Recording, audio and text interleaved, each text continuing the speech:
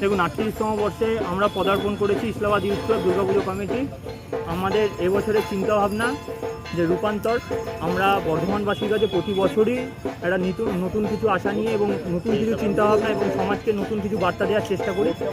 Islamabad youth club প্রতি বছরই যে জনসমাগম, এবছর তার চেয়েও বেশি জনসমাগম আশা করছে এবং বর্ধমানবাসী যে ভালোবাসা দিয়ে এসেছে আমাদের এই পুজো, থিম পুজোয় প্রাচীনতম থিম পুজো, বর্ধমানের যে থিম পুজোগুলোর মধ্যে আমাদের বর্ধমানের ইসলামাবাদ ইউথ ক্লাব এটা নামকরা এবং অন্যতম।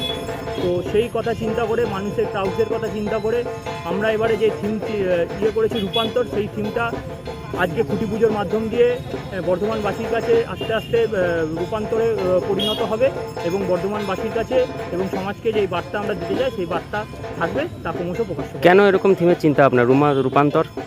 দেখুন, রূপান্তর তো দিনে নিয়তই সমাজের রূপ চেঞ্জ হচ্ছে, রূপরেখা চেঞ্জ হচ্ছে।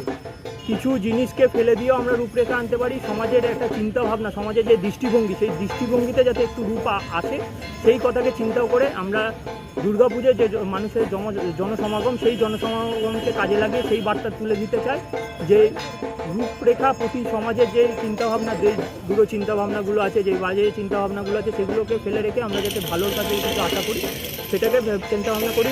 রূপান্তর আমরা নাম রেখেছি, কারণ সমাজের রূপ রেখা যদি চেঞ্জ হয় তবেই মানুষের মনের ভেতর নতুন কিছু প্রস্ফুটিত হবে। তো সেটাই কথা চিন্তা করে আমরা রূপান্তর নাম রেখেছি এবং তা করতে আমরা বর্ধমানবাসীর কাছে প্রতি বছরই নতুন কিছু বার্তা দিই। আমাদের এবছর এই বার্তা থাকবে যে থিমের নাম রূপান্তর এবং তা 25 থেকে মানুষের কাছে জন্য খোলা যাবে। এবার বাজেট কত আছে?